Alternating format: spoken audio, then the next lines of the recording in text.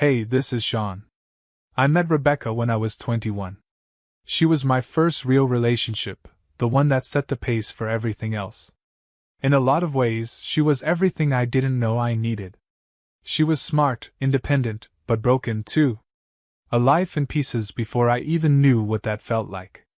Her background was rough, unstable family life, struggles with addiction, even a stint in a treatment program. But she cleaned herself up before I came into the picture. Turned everything around. She told me her story slowly, like she didn't want to frighten me, but I listened. I guess, in hindsight, that was my mistake, thinking that what had already been broken was fixed for good. But back then, I wanted to believe in us. We built a life together. 2 kids, Maddie 11 and Charlie 9. A house we'd fought for. A steady, predictable life. I started a career in tech consulting, moving up slowly, building something I could be proud of. We weren't rich, but we weren't struggling either. And the balance of our life, it was comfortable. Rebecca was always the steady one. She stayed home with the kids, kept things running smoothly.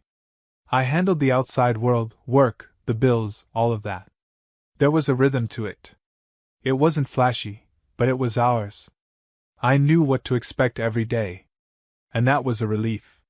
Maybe that's why I never thought much about the cracks I couldn't see, those small moments where she'd slip, those things that were hard to put a name to. Looking back, I realize it was those early years that set the stage. We were a perfect match in so many ways. She needed someone strong to hold everything together, and I needed someone to remind me that life didn't always have to be about pushing for more.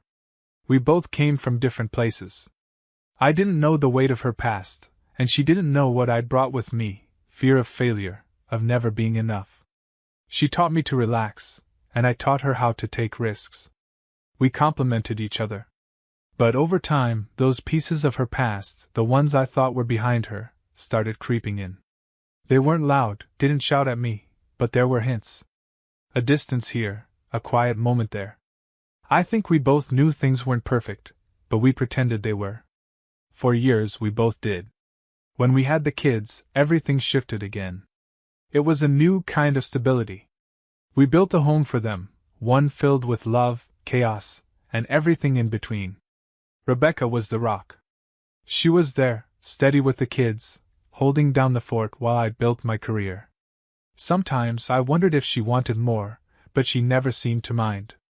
At least, not outwardly. She was content, seemed like she was. I told myself that was enough. We had our own share of problems, sure. Every couple does. Arguments, disagreements, long days with no time for each other. But we always bounced back. It was simple, really. Love was enough to keep us going. Or so I thought.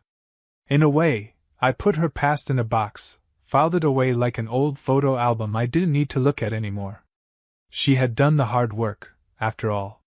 She was clean, focused on our family, and for the longest time, that was enough. Maybe too much so. But when I look back now, those cracks, they were there, little fractures waiting to break open. Maybe I should have seen it coming. Maybe we both should have. It started small, just little things I couldn't quite place. In early 2023, I was recovering from shoulder surgery. The kind of injury that doesn't let you ignore it, even if you want to. The recovery was slow, frustrating. I couldn't do things I normally could, like play with the kids the way I wanted to or even tackle basic household chores. Work became harder, too. My consulting gigs required constant travel, and I was stuck at home, unable to do much more than sit with the painkillers and a heating pad. It was a strange kind of limbo.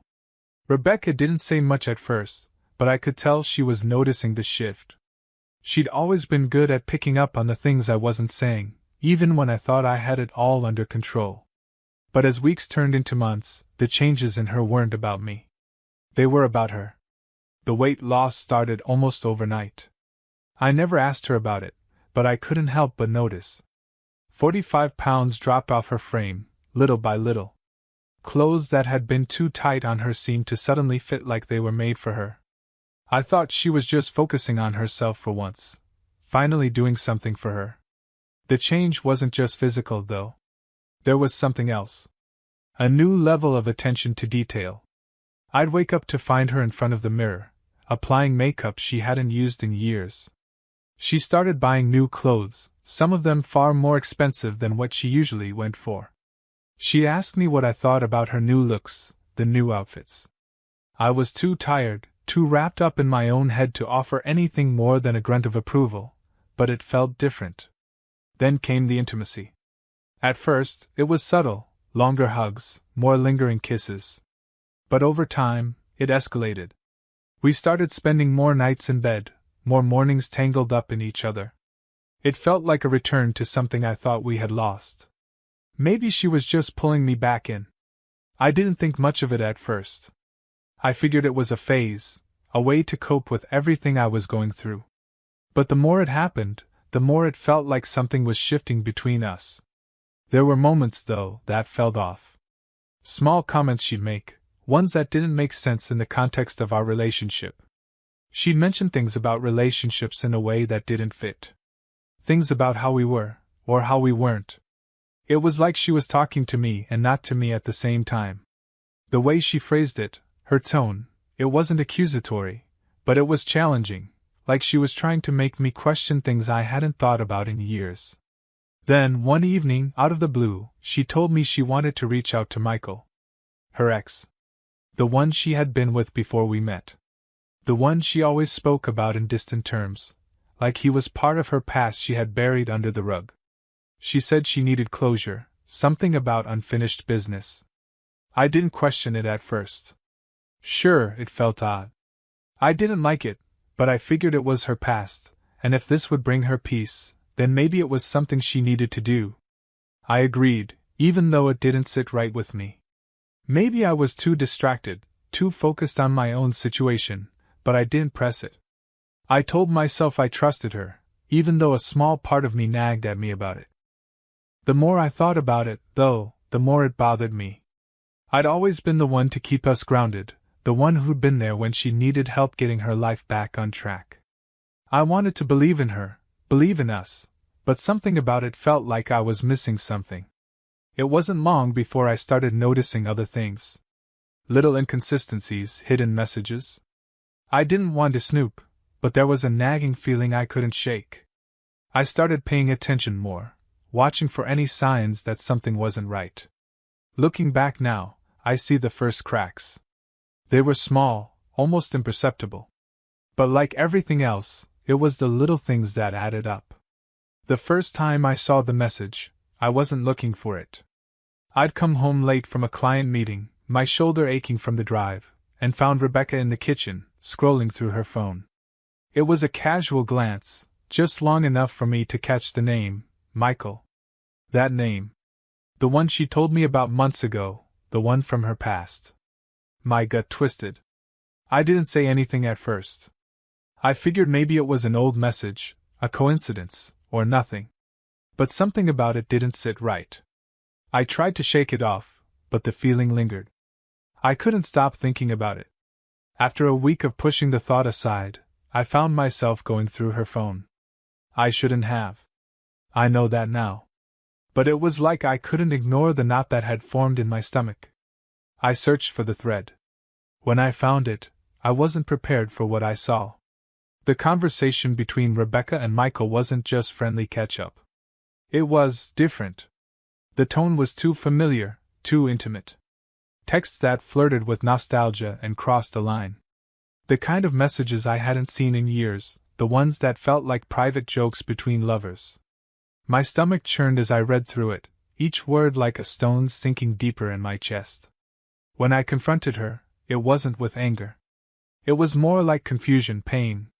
"Rebecca, what's this?" I asked, my voice rougher than I intended. She didn't even flinch when I showed her the screen. For a moment, I thought maybe I'd misinterpreted it. But she didn't deny it. She didn't even try to explain it away. Her eyes dropped, and she muttered a half-hearted apology. "I didn't mean for it to go this far," she said, her voice small. "I didn't want to hurt you." I waited for her to say more, to offer an explanation that would make sense. But there was nothing. No reason, no justification. Just an apology that didn't sound real. She promised me she'd cut ties with him, that she'd end the communication for good. I didn't think it was wrong, she said, but there was a hesitation in her voice. It was closure, Sean. Just closure. I didn't know what to say. She said she understood how I felt, that I had every right to be upset. But it didn't feel like she got it, not really. She went quiet, her lips pressed together, her shoulders tense, like she was waiting for me to move on, to just forget about it. A few days passed, and it seemed like things might go back to normal. She acted like nothing had happened, but I couldn't shake the feeling that something had changed, something I couldn't name. It wasn't just the messages. It was the way she acted afterward, like she was doing me a favor by cutting him off. Like I should be grateful for that. But then, the next bombshell hit. I came home late from a trip, my shoulders still aching, my mind heavy from the stress of work. I was tired, worn out. But when I entered the house, I could sense the tension in the air before I even saw her. Rebecca was at the kitchen table, her phone face down, her fingers nervously tapping on the surface. It didn't take long to figure out why. She had changed every password, locked down everything I had access to. Our email, our joint bank accounts, even the shared family calendar. Nothing was open anymore. When I confronted her again, this time she wasn't apologetic. She was defensive. The apology was gone, replaced with accusations. You're invading my privacy, she said, her voice sharp. Why don't you trust me? She turned it around, blaming me for spying, for not respecting her boundaries. It felt like she was gaslighting me, twisting everything I'd seen into a personal attack. You've been too dependent on me, she went on, her eyes cold. And now you can't handle me needing space. I didn't know what to say. Every word she spoke made me feel smaller, like I was the one in the wrong for questioning her. She wasn't sorry. She wasn't even concerned. She was angry. Angry at me for doubting her, angry at me for wanting things to go back to how they were. The conversation ended without resolution, just silence hanging heavy between us. But the unease didn't go away. It was like a door had been shut, and now I was locked outside of her world. A world I didn't even recognize anymore. I didn't want to believe what I was seeing, but it was hard to deny the truth when it was staring me in the face. It's been weeks since Rebecca left that night, and nothing has felt the same. The house is quiet, too quiet. I'm still here, the kids are still here, but something about this place has changed. She's here, but she isn't. I keep thinking about the messages, the secrets, the lies, and now I'm the one pretending that things are normal when they aren't. I don't even know if I want them to go back to normal anymore. Rebecca's been seeing a therapist, but I don't see much change. She talks a lot, I can tell. But it's like the words don't stick. She says she's trying, that she wants to fix things, but when she's here, it doesn't feel like we're fixing anything. There's a coldness in the air between us. It's like she's living in a different world, a world where I don't exist the way I used to. She's still here with the kids, still the stay-at-home mom, but I don't know how long that's going to last. The kids are attached to me. They ask for me when I'm not home, always looking for me when I walk in the door. They want to tell me about their day, show me their homework, their artwork. Rebecca doesn't seem to notice how much they need me right now. It's like she's checked out, going through the motions, but the connection isn't there. I'm trying to hold things together, but it's hard. I don't know how much longer I can keep pretending that everything's fine when every time I look at her, I feel like I'm looking at a stranger. The woman I married, my best friend, my partner, feels distant, like she's holding herself back. And I'm standing here, not knowing how to bridge that gap. Work's been a distraction. With all the travel, the constant meetings, the clients, I get lost in it. It's easier to throw myself into something I can control, something I can understand. But even there, the tension lingers. I can't stop thinking about the mess at home, the mess in my head. The last few months have been a blur, time moving forward, but I'm stuck, suspended in a moment I can't seem to escape. Rebecca keeps the house together, and the kids are adjusting, but I can see it in their eyes. They know something's wrong. Kids aren't stupid. They've seen the shift, even if they don't understand it. And I wonder what they think, if they can sense the crack running down the middle of our family, splitting it into pieces. They don't say anything, not yet, but I can feel them pulling away. As for Rebecca, she's still acting like nothing's changed. She's still posting pictures of the kids on social media, still doing the things she used to do, like it's all okay. But it's not. Not anymore. She acts normal, but I'm not sure what normal even means anymore. I've seen this look in her eyes, like she's waiting for something, an apology, a way out, a resolution, but I'm not sure she knows what she wants. I've started keeping track of everything, every message, every conversation, every little detail. I've learned the passwords, accessed the shared accounts, looked through everything with a fine-tooth comb. The evidence is piling up, but it's not giving me clarity. It's just making me feel worse. The more I discover, the less I know what to do. She's hiding something, and I don't think it's just Michael. I'm not sure how long I can do this. How long I can keep pretending that everything is fine when it's clearly not.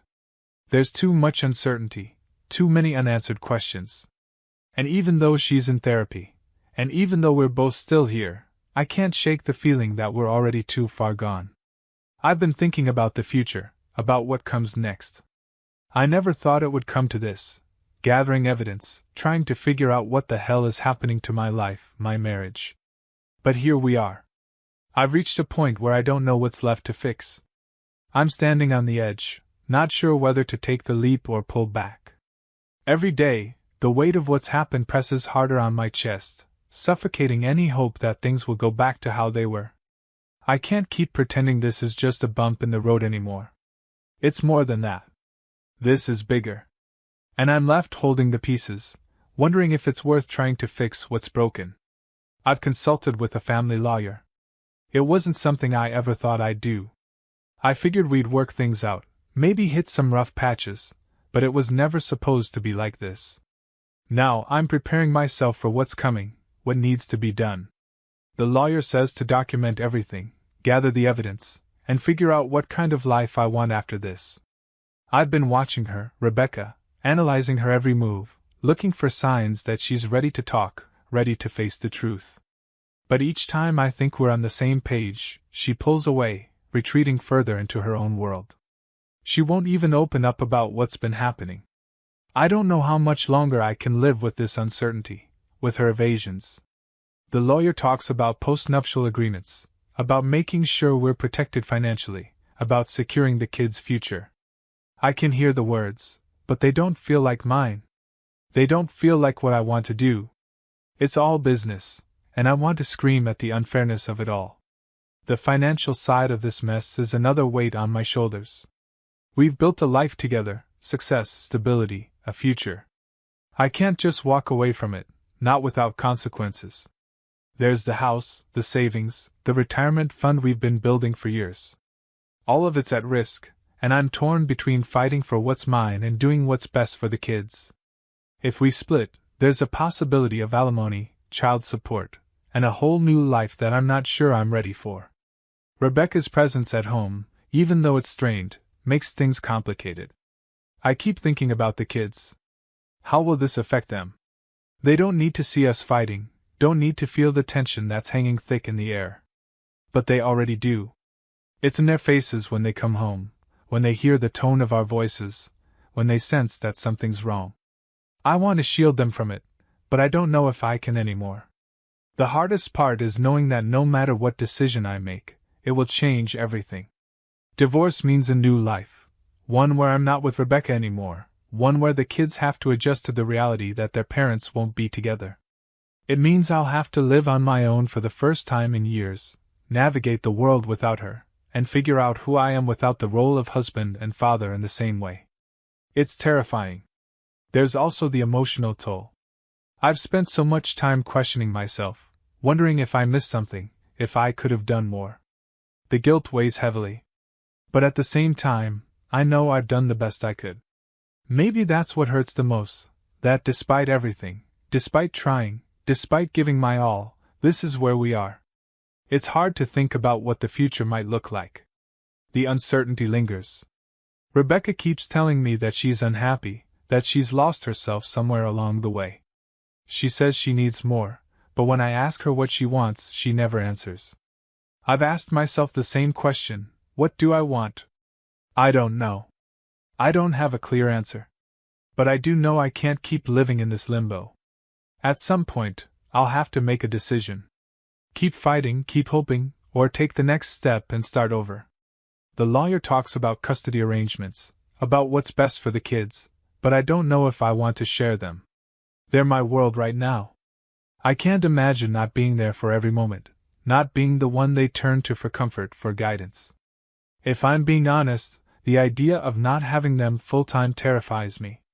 This is my future now, uncertain, clouded by the past, and heavy with choices that seem impossible. I don't know what I'll do, but I can't stay here forever. Something has to give.